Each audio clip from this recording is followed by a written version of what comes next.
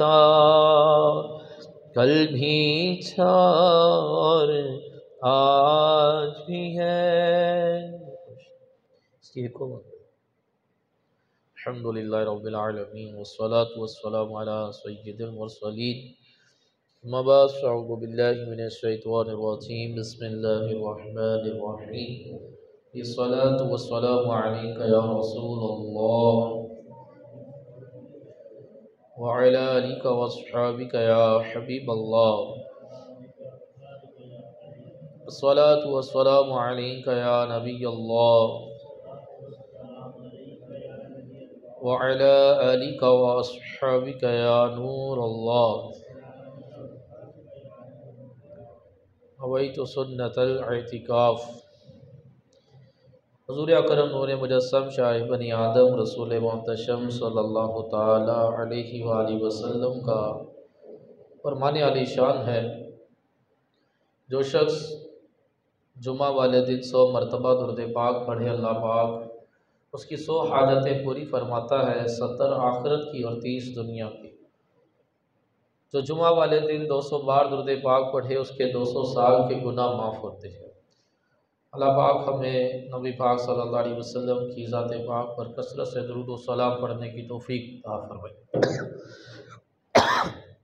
اللہ تبارک و تعالی ارشاد فرماتا ہے، وَمَا لَكُمْ لَا تُقَاتِلُونَ فِي سَبِيلِ اللَّهِ وَالْمُسْتَضْعَفِينَ مِنَ الرِّجَالِ وَالنِّسَاءِ وَالْوِلْدَانِ الَّذِينَ يَقُولُونَ رَبَّنَا أَخْرِجْنَا مِنْ هَذِهِ الْقَرْيَةِ الظَّالِمِ أَهْلُهَا وَاجْعَلْنَا مِنْ لَدُنْكَ وَلِيًّا وَاجْعَلْنَا مِنْ لَدُنْكَ نَصِيرًا۔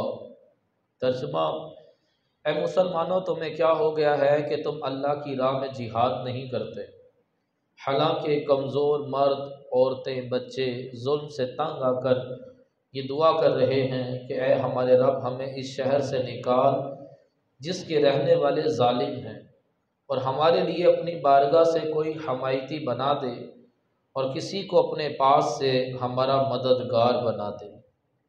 اس آیت کریمہ کی تفسیر میں لکھا ہے کہ جس خطے زمین میں مسلمانوں پر کفار مظالم توڑ رہے ہوں، مسلمانوں پر ظلم ہو رہے ہوں، تو دوسرے مسلمانوں پر فرض ہے کہ وہ ان کو نجات دلائیں۔ تو متعدد مقامات پر اللہ تبارک و تعالیٰ نے جہاد کے حوالے سے قرآن پاک میں حکم ارشاد فرمایا۔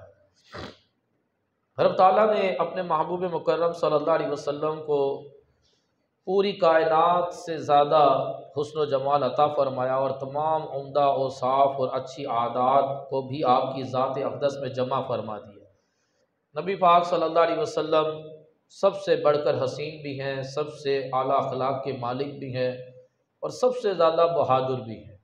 نبی پاک صلی اللہ علیہ وسلم نے جنگوں میں شرکت کی اور اس میں بڑی بہادری کا مظاہرہ بھی کیا، اور نبی پاک صلی اللہ تعالی علیہ وسلم کی بہادری کے حضور صلی اللہ علیہ وسلم کے جو ساتھی تھے صحابہ کرام علیہم رضوان نے مختلف مواقع پر سید عالم صلی اللہ علیہ وسلم کی بہادری کے ایسے حسین واقعات روایت کیے جن سے عقلیں دنگ رہ جاتی ہیں، اور آپ صلی اللہ علیہ وسلم کی نگاہ عنایت اور تربیت کی برکت سے صحابہ کرام علیہم رضوان سے لے کر آج تک غلامان مصطفیٰ نے بھی ہر دور میں بہادری کی ایسی داستانیں رقم کی ہیں جو تاریخ کے ماتھے کا جھومر ہے۔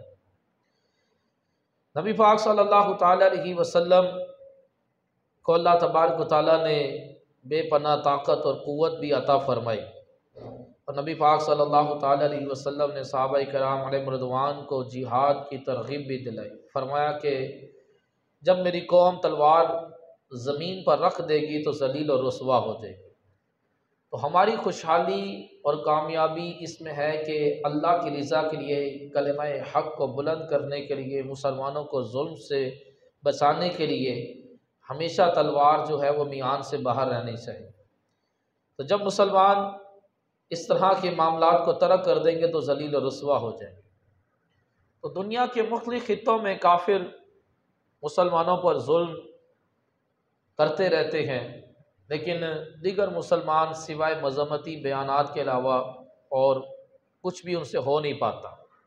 جیسے کہ ابھی 7 اکتوبر کو 2023 کو جو ہے فلسطینی مجاہدین نے طوفان الاقصی آپریشن کے نام سے جہاد کا ایک نیا مرحلہ شروع کیا اور بیت المقدس پر قابض اسرائیلی درندوں کے سینوں پر گولیوں کی بچھاڑ کی، اور نہ صرف انہیں پوری دنیا کے سامنے ذلیل کیا بلکہ یہودیوں کا بھاری جانی مالی نقصان بھی پہنچایا۔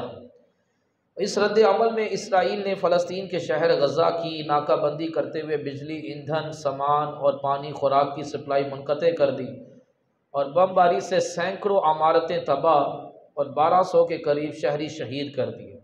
اسرائیلی درندے ممنوعہ کیمیائی ہتھیار استعمال کر رہے ہیں اور زمینی آپریشن کے لیے 3 لاکھ فوجی بھی غزہ کی سرحد پر پہنچ چکے ہیں۔ تو فلسطین بالخصوص بیت المقدس کو کئی انبیاء کرام علیہ السلام کی قدم بوسی کا شرف حاصل ہوا۔ سب سے پہلے ابراہیم علیہ السلام ہجرت کر کے یہاں تشریف لائے اور فلسطین کو اپنا مسکن بنایا۔ پھر فرعون کی ہلاکت کے بعد سیدنا موسیٰ علیہ السلام نے بنی اسرائیل کو جہاد کرتے ہوئے بیت المقدس کے ارد گرد کے علاقوں میں داخل ہونے کا حکم دیا، لیکن بنی اسرائیل والوں نے بزدلی اور نافرمانی کی، جس پر اللہ تعالیٰ نے ذلت اور رسوائی کی سزا میں مبتلا کیا۔ اس کے بعد سیدنا داؤد علیہ السلام نے جہاں موسیٰ علیہ السلام نے اپنا خیمہ لگایا تھا اس جگہ کو بطور تبرک اور بابرکت سمجھتے ہوئے وہاں پر عبادت خانے کی بنیاد رکھی، ایک مسجد کی تعمیر شروع کی آپ نے۔ تو داؤد علیہ السلام نے اس مسجد کی تعمیرات کا سلسلہ شروع کیا تھا، جس کو مکمل آپ کے شہزادے حضرت سلیمان علیہ السلام نے اس کی تعمیرات کو مکمل کیا۔ جب اس کی اور وہیں پر ہی آپ کا سلیمان علیہ السلام کا مزار پر انوار بھی جو ہے وہ بیت المقدس میں ہی ہے۔ تو سلیمان علیہ السلام کے وصال کے بعد یہ بنی اسرائیل یہودی یہ بنی اسرائیل میں سے ہیں، یہ بدعملی میں مبتلا ہو گئے اور یہ وہیں فلسطین میں رہتے تھے، بیت المقدس کے آس پاس ہی میں ان کے گھر تھے۔ تو یہ سلیمان علیہ السلام کے وصال کے بعد یہ بدکاری میں اور گناہوں میں مبتلا ہوئے، تو اللہ تبارک و تعالیٰ نے ایک ظالم بادشاہ کے ذریعے ان پر عذاب نازل کیا، اسے بخت نصر کہتے ہیں، جس نے پوری دنیا پر حکومت کی اور اس نے خدائی کا دعویٰ بھی کیا تھا۔ اس نے بیت المقدس پہ قبضہ کر کر یہاں پر تباہی مچا دی، اور اسی دوران انبیاء علیہ السلام کے تبرکات والا صندوق تابوت سکینہ غائب ہو گیا، اور شاہ بابل نے یہودیوں کو دریائے فراق کے کنارے آباد کیا، اور اس بستی کا نام بھی جو اس وقت جو اسرائیل کا دارالحکومت ہے وہ اسی بستی کا ہے، جہاں پر شہر بابل میں بادشاہ شہر بابل نے ان کو یہاں ٹھہرنے کی جگہ دی تھی۔ یعنی کہ کئی بار ان کو فلسطین سے نکالا گیا ہے، بیت المقدس سے نکالا گیا، اللہ تبارک و تعالیٰ کے عذابات ان پر مبتلا ہوتے رہے۔ پھر بیت المقدس سے تقریباً 8 کلومیٹر کے فاصلے پر واقع بیت اللحم میں عیسیٰ علیہ السلام کی ولادت باسعادت ہوئی، اور 7ویں صدی عیسوی کے آغاز میں شاہ روم ہرقل نے بنی اسرائیل کو بیت المقدس سے نکال دیا۔ پھر دوبارہ ایک عرصے تک بیت المقدس پر حکومت کے لیے ایران اور روم کی جنگ جاری رہی۔ تو اس دوران رسول اللہ صلی اللہ علیہ وسلم نے نبوت کا اعلان فرمایا اور قرآن مجید میں یہ غیبی خبر دی کہ رومی غالب آئیں گے، اور بعد میں ایسا ہی ہوا۔ اور پھر نبی پاک صلی اللہ علیہ وسلم کو معراج کا معجزہ اللہ پاک نے عطا فرمایا، اور آپ بیت المقدس کی طرف روانہ ہوئے، اور مسجد اقصیٰ سے پھر آپ کا سفر جو ہے وہ آسمانوں کی طرف ہوا۔ یعنی کہ جب نبی پاک صلی اللہ علیہ وسلم نے اعلان نبوت کیا تو اس وقت بیت المقدس پر عیسائیوں کی حکومت تھی، اور نبی پاک صلی اللہ علیہ وسلم نے بیت المقدس کو فتح ہونے کی بشارت پہلے ہی دے دی تھی۔ سیدنا ابو ذر جندب رضی اللہ تعالیٰ عنہ نے رسول اللہ صلی اللہ علیہ وسلم سے پوچھا کہ زمین پر سب سے پہلی مسجد کون سی بنائی گئی؟ تو نبی کریم صلی اللہ تعالیٰ علیہ وسلم نے ارشاد فرمایا مسجد الحرام۔ مسجد الحرام یہ کائنات کی سب سے پہلی مسجد ہے، سب سے پہلے کعبۃ اللہ شریف کو بنایا گیا، مسجد الحرام کو بنایا گیا۔ پھر عرض کی یا رسول اللہ دوسری مسجد؟ فرمایا دوسری مسجد مسجد اقصیٰ بیت المقدس، یہ مسجد الحرام کے 40 سال کے بعد بنائی گئی تھی۔ تو دنیا کی دوسری مسجد جو ہے یہ مسجد اقصیٰ ہے، اور مسجد اقصیٰ بھی قبلہ رہ چکا ہے، یعنی اس رخ میں بھی عبادت کی جاتی تھی۔ کئی انبیاء کرام، کئی امتوں کا بیت المقدس قبلہ رہا ہے، لیکن حج جو ہے وہ ہمیشہ کعبہ شریف مسجد مکہ میں ہی ہوا ہے، بیت المقدس میں حج نہیں ہوا۔ حج ہمیشہ سے، جب سے یہ دنیا بنی ہے، حج ہمیشہ سے مسجد الحرام میں ہوا ہے۔ اور نبی کریم صلی اللہ تعالیٰ علیہ وسلم جب مکے سے مدینہ ہجرت کر آئے تھے تو اس وقت حکم ہوا تھا کہ آپ بھی مسجد اقصیٰ کی طرف رخ کر نماز پڑھیں۔ تو 16 مہینے حضور صلی اللہ علیہ وسلم نے مسجد اقصیٰ کی طرف رخ کر نماز ادا کی۔ وہ مسجد قبلہ تین آج بھی موجود ہے، کہ جہاں پر قبلہ دوبارہ تبدیل ہوا تھا حضور کی خواہش پر۔ حضور کی خواہش تھی کہ ہمارا قبلہ کعبہ کو بنا دیا جائے، تو حضور کی خواہش پر جو ہے وہ مسلمانوں کا قبلہ کعبہ شریف بنا دیا گیا۔ تو ایک عرصے تک 16 مہینے تک مسجد اقصیٰ جو ہے یہ مسلمانوں کا قبلہ بھی رہا ہے۔ تو یہ جو مسجد اقصیٰ ہے یہ مسلمانوں کے لیے بھی قابل تعظیم ہے، عیسائیوں کے لیے بھی ہے اور یہودیوں کے لیے بھی ہے۔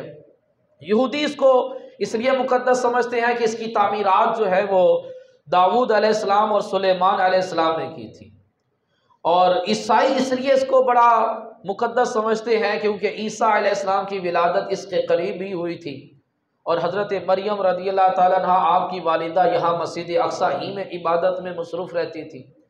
اور مسلمانوں کے لیے بھی یہ ایک مقدس مقام ہے، کیونکہ نبی پاک صلی اللہ علیہ وسلم کو یہاں سے معراج پر آپ نصیب ہوئی، اور یہ مسلمانوں کا قبلہ بھی رہ چکا ہوا ہے۔ تو اس میں نبی پاک صلی اللہ تعالیٰ علیہ وسلم نے ارشاد فرمایا کہ جب اس مسجد کی تعمیر مکمل ہوئی، سلیمان علیہ السلام نے اس کی تعمیر مکمل کی، تو اللہ تبارک و تعالیٰ نے ارشاد فرمایا کہ سلیمان تم نے میرا گھر بنایا ہے، میں اس گھر کی تعمیر سے بڑا خوش ہوا ہوں، تم جو دعا مانگو گے تمہاری دعا قبول ہوگی۔ تو سلیمان علیہ السلام نے 3 دعائیں مانگی۔ ایک دعا یہ مانگی کہ یا اللہ عز و جل میرا فیصلہ تیری مرضی کے خلاف نہ ہو، کیونکہ آپ بادشاہ تھے اور آپ نے فیصلے کرنے تھے، تو آپ نے یہ دعا کی کہ یا اللہ عز و جل کبھی بھی میرا فیصلہ تیری مرضی کے خلاف نہ ہو، تیری مرضی کے مطابق میں فیصلے کروں۔ دوسری دعا یہ تھی کہ جو سلطنت مجھے دی جا رہی ہے ایسی سلطنت اس وقت اس زمانے میں روئے زمین پر کسی کو بھی نہ ملے، آپ کو پوری دنیا کی بادشاہت ملی۔ اور تیسری دعا آپ نے یہ کی کہ یا اللہ عز و جل اس مسجد میں جو بندہ صرف نماز پڑھنے کے لیے آئے، کسی اور غرض سے نہ آئے، تو اس کے سارے گناہ معاف ہو جائیں۔ تو مسجد اقصیٰ میں ایک نماز پڑھنے سے 25,000 نمازوں کا ثواب ملتا ہے۔ مسجد اقصیٰ میں جو نماز ادا کرے تو سلیمان علیہ السلام کی دعا ہے کہ اللہ پاک اس کے سارے گناہ معاف کر دے، تو وہاں پر نماز پڑھنے سے گناہ معاف ہو جاتے ہیں۔ تو یہ بیت المقدس پہلے یہودیوں کے پاس رہا، یہودی یہاں پر آباد رہے، اس کے بعد پھر عیسائیوں کے پاس آیا، اور پھر کئی سالوں تک عیسائیوں کی یہاں پر حکومت رہی، اور پھر نبی پاک صلی اللہ علیہ وسلم نے اس کے فتح کی بشارت دی۔ تو فاروق اعظم رضی اللہ تعالیٰ کے دور خلافت میں یہ بیت المقدس مسلمانوں کے پاس آ گئے، بیت المقدس فتح ہوا۔ وہ اس طرح سے عبیدہ بن جراح رضی اللہ تعالیٰ عنہ اس لشکر کے سپہ سالار تھے، اور قلعے کا محاصرہ کیا ہوا تھا لیکن قلعہ فتح نہیں ہو رہا تھا۔ تو قلعے کی چھت پر ایک پادری کھڑا ہوا، کہنے لگا کہ تم اس قلعے کو فتح نہیں کر سکتے، کیونکہ ہماری کتابوں میں لکھا ہے کہ اس بیت المقدس کو صرف ایک ہی شخص فتح کر سکتا ہے جس کا نام عمر ہوگا اور اس کا لقب فاروق ہوگا۔ تو عبیدہ بن جراح مسکرائے کہ پھر تو ہم نے بیت المقدس کو فتح کر لیا، کہ جس کا آپ نام لے رہے ہو وہ تو ہمارے خلیفہ ہیں۔ کہا کہ تم انہیں لے آؤ، اگر ہم نے ان کو پہچان لیا تو ہم بغیر جنگ کے تمہیں بیت المقدس تمہارے حوالے کر دیں گے۔ عبیدہ بن جراح رضی اللہ تعالیٰ عنہ نے فاروق اعظم کو خط لکھا، تو آپ اپنے غلام کے ساتھ داخل ہوئے۔ جو ہی دیکھا تو پادری بول اٹھا کہ یہ وہی شخص ہیں جنہوں نے بیت المقدس کو فتح کرنا ہے، جن کا ہماری کتابوں میں نام لکھا ہوا ہے، لہٰذا جنگ اور قتل و غارت نہ کی جائے اور ان کے حوالے بیت المقدس کر دیا جائے۔ تو یوں بغیر جنگ کے بیت المقدس مسلمانوں کے حوالے کر دیا گیا۔ پیر کی صبح کو فجر کی نماز ادا کی اور فتح و نصرت کا فاروق اعظم رضی اللہ تعالیٰ نے خطبہ پڑھا۔ یوں مسلمانوں کے پاس آیا اور 500 سال تک بیت المقدس جو تھا وہ مسلمانوں کے پاس رہا۔ پھر یہاں پر پادریوں کے کہنے پر مذہبی جنگیں ہوئیں جنہیں صلیبی جنگیں کہا جاتا ہے۔ ان جنگوں میں مسلمانوں کو شکست ہوئی اور بیت المقدس پھر عیسائیوں کے قبضے میں آ گیا، اور عیسائیوں نے مسجد اقصیٰ میں فلسطین میں مسلمانوں کا قتل عام کیا۔ پھر تقریباً 88 سال تک عیسائی وہاں پر قابض رہے۔ 88 سال کے بعد مسلمانوں کے ایک عظیم بادشاہ صلاح الدین ایوبی نے ان پر حملہ کیا اور بیت المقدس ان سے واپس حاصل کیا۔ لیکن جو حرکت انہوں نے کی تھی، قتل عام کیا تھا مسلمانوں کا، صلاح الدین ایوبی نے ایسا نہیں کیا کہ وہاں کے رہنے والے عیسائیوں اور یہودیوں کا قتل عام نہیں کیا، بلکہ ان کو وہاں پر رہنے کی اجازت دی گئی۔ تو صلاح الدین ایوبی نے بیت المقدس کو فتح کیا، پھر کئی سالوں تک دوبارہ سے یہ بیت المقدس مسلمانوں کے پاس ہی رہا، اور یہود قوم دنیا بھر میں ملک با ملک در بدر کی ٹھوکریں کھاتی پھر رہی تھی، کوئی ملک ان کو پناہ دینے کے لیے تیار نہیں تھا۔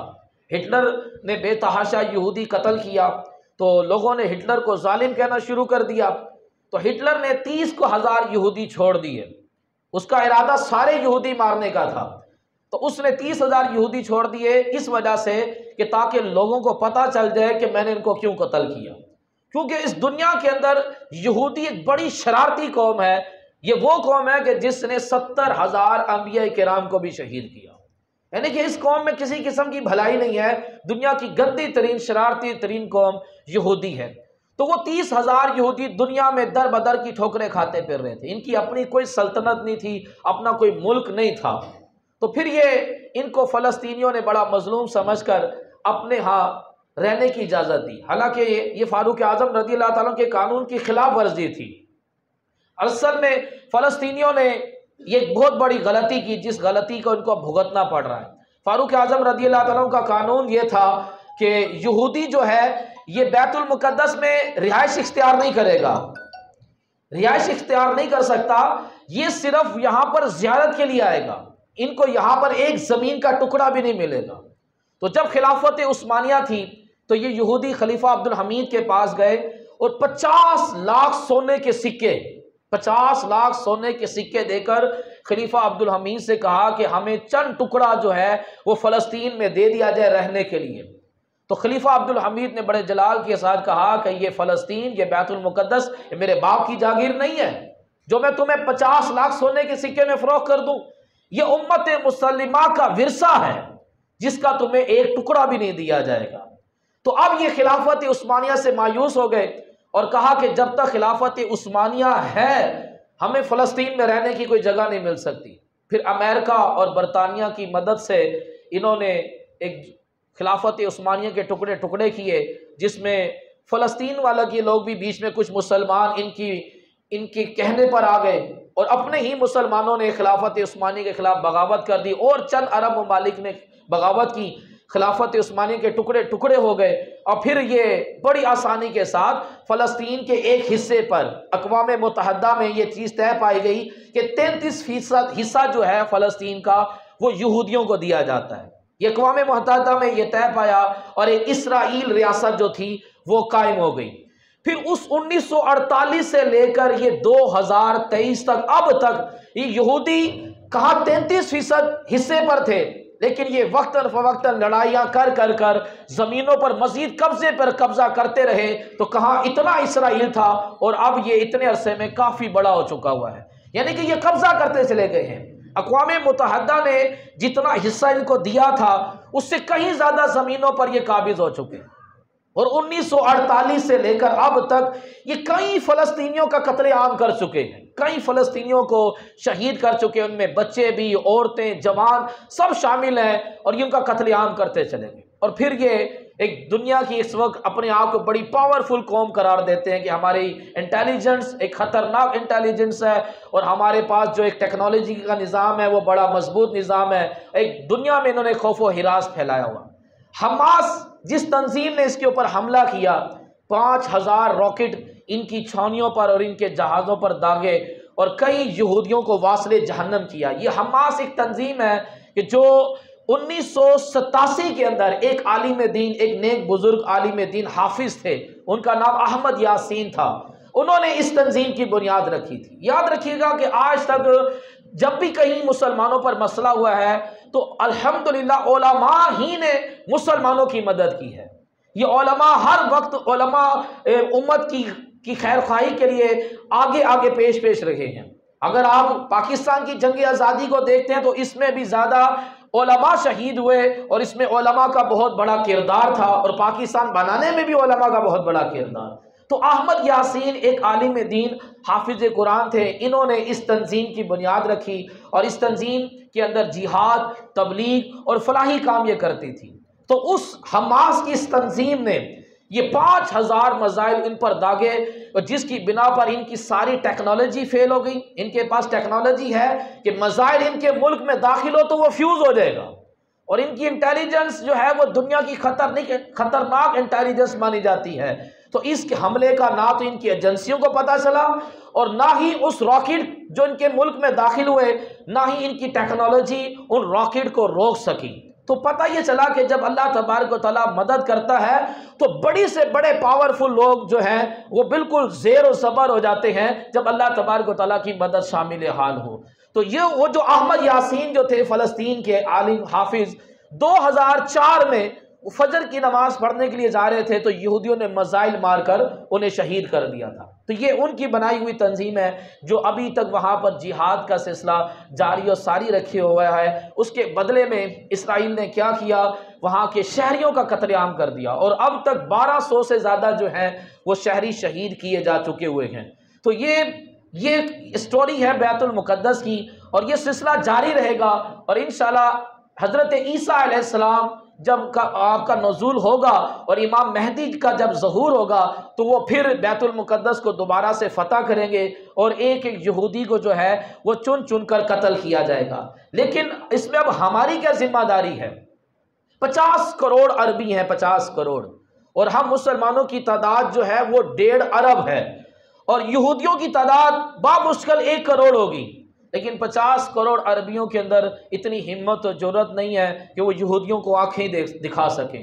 بس چند ایک ممالک نے ایک تھوڑا سا سیاسی بیان دے دیا، ہم مذمت کرتے ہیں۔ یہ مذمت کا کہا ہے اللہ پاک نے؟ اللہ پاک نے قرآن پاک میں ارشاد فرمایا کہ تمہیں کیا ہوا کہ تم جا کر جہاد کیوں نہیں کرتے؟ کمزور عورتیں، بوڑھے بچوں کے پاس جب ظلم ہو رہا ہوتا ہے تو تم جا کر ان کی مدد کیوں نہیں کرتے؟ خالی اپنے ملک میں بیٹھ کر بیان دینے سے کام نہیں چلے گا۔ نبی پاک صلی اللہ علیہ وسلم نے ارشاد فرمایا کہ جب میری امت جو ہے وہ تلوار چھوڑ دے گی تو ذلیل و رسوا ہو جائے گی۔ تو آج ہم نے تلوار چھوڑ دیا، ہم حق کے لیے کبھی تلوار بلند کرتے نہیں ہیں، تو جس کی بنا پر ہم ذلیل و رسوا ہو گئے۔ 50 کروڑ عربی لڑنا تو بڑے دور کی بات، صرف اسرائیل کی طرف پیشاب ہی کر دیں تو اسرائیل تو عربیوں کے پیشاب میں ڈوب کر غرق ہو جائے۔ کم تعداد تو نہیں ہے 50 کروڑ، کئی گنا زیادہ تعداد ہے یہودیوں سے، لیکن 50 کروڑ عربی بیٹھ کر صرف ایک تماشا دیکھ رہے ہیں کہ وہاں پر بیت المقدس کی بے حرمتی کی جا رہی ہے، یہودی اپنے جوتوں سے اسے ناپاک کر رہے ہیں، وہاں پر عبادت نہیں کی جاتی، رمضان کے مہینے میں نماز پڑھنے والے، تراویح پڑھنے والوں پر فائرنگ کر دی جاتی ہے، اور ہم کیا کرتے ہیں؟ صرف ایک مذمتی بیان دے دیتے ہیں۔ ہمارے پاس کوئی غیور صلاح الدین ایوبی کی طرح کے کوئی ایسا بادشاہ نہیں ہے کہ جو بیت المقدس کی طرح روانہ ہو۔ دیکھیں ہر دور کے اندر ایک نیک مسلمان ضرور رہے ہیں، یہ نہیں کہ سارے کے سارے ایسے ہیں۔ دیکھیں حماس والے، اور اگر ہمارا کوئی ایک بھی حاکم ہو کہ جو بلائے کہ فلسطینیوں کی مدد کے لیے جانا ہے، تو کیا 1.5 ارب مسلمان کیا سب کی غیرت مر گئی ہے؟ نہیں، کروڑوں لوگ نکل آئیں گے اپنی جانوں کا نذرانہ دینے کے لیے، اور بیت المقدس کو یہودیوں سے پاک کرنے کے لیے اور فلسطینیوں کی مدد کرنے کے لیے نکل آئیں گے۔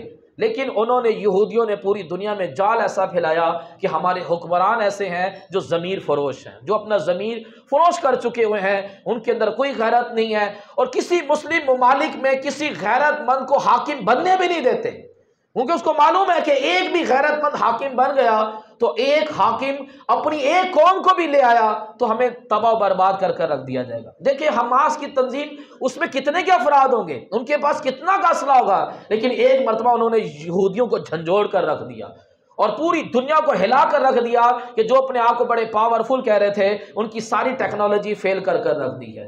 کم سے کم ہم اتنا تو کر سکتے ہیں نا کہ یہودیوں کی مصنوعات کا بائیکاٹ کریں، ان کو جو پروفٹ جا رہا ہے اتنا زیادہ، یہ کوکا کولا پینے کی بنا پر میکڈونلڈ جو ہے یہ ان کی بہت بڑی پروڈکٹ ہے، اور اس میکڈونلڈ کی روزانہ کی آمدنی لاکھوں کے حساب سے، کروڑوں کے حساب سے ہے۔ یہ پروفٹ کون دے رہا ہے؟ ہم دے رہے ہیں۔ ڈیلی کی جو کوک، اس کی آمدنی کروڑوں کی ہے، اتنا زیادہ پروفٹ یہودیوں کو جا رہا ہے، کون دے رہا ہے؟ ہم دے رہے ہیں۔ اور آپ کو پتہ ہے کہ وہ جو 50 لاکھ سونے کے سکے انہوں نے جمع کیے تھے خلیفہ عبد الحمید کو دینے کے لیے کہ ہمیں فلسطین میں ایک ٹکڑا دے دیا جائے، وہ 50 لاکھ سونے کے سکے یہ یہودیوں نے عطیہ کیا تھا، سب یہودیوں نے پیسے ملائے تھے اپنی ایک ریاست قائم کرنے کے لیے۔ تو اب وہ اس کے بعد اپنی پروڈکٹ جو ہے وہ پوری دنیا میں پھیلائی ہوئی ہے اور ہم اس کو پروفٹ دیتے ہیں اور اس سے وہ اسلحہ اور ٹیکنالوجی اور میزائل بنا کر ہمارا ہی قتل عام ہوتا ہے اور ہم انہیں پروفٹ دے رہے ہیں۔ اب اگر یہاں سے اجازت ہو جانے کی تو کئی مسلمان جانے کے لیے تیار ہیں، لیکن جانا پاسبل نہیں ہے۔ یہاں ہم اپنے پڑوس کشمیریوں کی مدد کرنے نہیں جا سکتے تو فلسطین تو بڑے دور کی بات، یعنی کہ کتنا اس نے ہمیں کمزور بنا کر رکھ دیا ہوا ہے۔ یہودیوں کا ایک صدر وہ آفس جانے لگا تو اس کی بیٹی نے کہا کہ آج ہمارا مذہبی ایک عظیم دن ہے، فلاں وقت پر دعا ہونی ہے، تو آج آپ آفس نہ جائیں۔ تو اس صدر نے بلا کیا جواب دیا، اگر خالی صرف دعا ہی سے کام چلنا ہوتا نا تو مسجد الحرام میں روزانہ ہمارے لیے بد دعائیں ہوتی ہیں، ہم کب کے تباہ ہو چکے ہوتے۔ خالی دعا سے ہی کام، تو خالی دعا سے کام نہیں، دعا کے ساتھ حضور نے صرف دعا نہیں کی، دعا کے ساتھ حضور میدان میں بھی تشریف لائے، میدان جنگ میں بھی آئے، لیکن ہم اپنی اپنی جگہوں پر بیٹھ کر صرف دعائیں ہی کر سکتے ہیں، مزید ہمارے اندر کوئی ہمت اور جرأت نہیں ہے کہ ہم کچھ کر سکیں۔ تو میرے محترم اسلام بھائیوں، کم سے کم ہم اتنا تو کریں کہ ہم ان کی مصنوعات کا بائیکاٹ کر دیں، کم سے کم اتنا تو کریں کہ ہماری وجہ سے یہودیوں کو پروفٹ نہ پہنچے، انہیں نفع نہ پہنچے، اتنا تو ہم کر سکتے ہیں نا۔ اور پھر ہماری تباہی بربادی کی ایک وجہ نبی پاک صلی اللہ علیہ وسلم نے یہ بھی بیان کی تھی کہ تمہیں ساری قومیں قتل کریں گی۔ صحابہ کرام نے عرض کی یا رسول اللہ ایسا کیوں ہوگا؟ فرمایا تمہارے دل میں دنیا کی محبت آ جائے گی، تم آخرت کی تیاری کرنا چھوڑ دو گے، ساری قومیں مل کر تمہیں قتل کریں گی۔ کوئی ملک کسی مسلم ممالک پر حملہ کرنے لگے گا تو وہ دیگر ممالک کو اس طرح سے دعوت دے گا جس طرح ایک کھانے کا پیالہ ہوتا ہے تو بندہ دعوت دیتا ہے کہ میرے پاس کھانا زیادہ ہے، تم بھی میرے ساتھ آ کر کھا لو۔ تو کہتے ہیں اسی طرح دیگر لوگوں کو دعوتیں دی جائیں گی کہ ہم مسلمانوں کو قتل کرنے لگیں، تم بھی ہمارے ساتھ آ جاؤ، تو یوں مل کر قومیں تمہیں قتل کریں گی۔ آج ہماری تباہی بربادی کی وجہ کیا ہے؟ یہودی مسلمانوں سے پوچھتے ہیں کہ تمہارے فجر میں کتنے نمازی ہوتے ہیں، جمعہ میں کتنے نمازی ہوتے ہیں؟ تو کہنے لگے کہ فجر میں تو بامشکل 1-2 سب بھرتی ہے، لیکن جمعہ والے دن مسجد بھر جاتی ہے۔ تو یہودی کہنے لگے کہ ہماری کتابوں میں لکھا ہے کہ جب تک مسلمانوں کی فجر اور جمعہ کی صفیں برابر رہیں گی مسلمان یہودیوں پر حکومت کریں گے۔ 1948 تک یہودیوں پر مسلمانوں کی حکومت تھی، یہودی مسلمانوں کے غلام اور ملازم تھے۔ فرمایا کہ جب جمعہ کی اور فجر کی نمازوں میں صفوں میں کمی بیشی آ جائے گی تو یہودی مسلمانوں کے اوپر حکومت کریں گے۔ اب 1 کروڑ یہودی 1.5 ارب مسلمانوں پر حکومت کرتا ہے، 1.5 ارب مسلمانوں پر۔ ہم بتائیں کیا کر سکتے ہیں؟ ورلڈ بینک سے ہم نے قرضہ لیا ہوا، اور ورلڈ بینک کس کا ہے؟ یہودیوں کا ہے۔ کوئی ہمت اور جرأت کر سکتے ہیں ہم یہودیوں کے خلاف؟ کیونکہ ہم ان کے قرضہ ہی ہیں، قرضہ لے لے کر ہم ان کے غلام بن چکے ہوئے ہیں۔ یہ قرضہ کس نے لیا؟ حکمرانوں نے لیا، جان بوجھ کر لیا، قرضے کی ضرورت نہیں دی ہمیں، غلام بنانے کے لیے کیا۔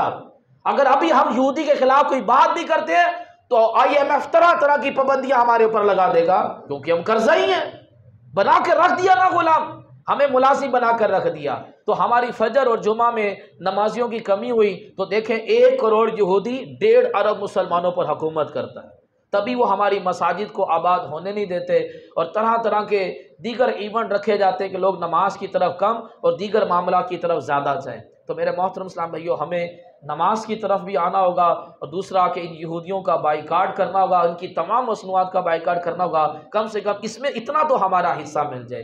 اللہ تبارک و تعالیٰ فلسطینیوں کی مدد فرمائے اور مسجد اقصیٰ کو یہودیوں سے پاک فرما دے۔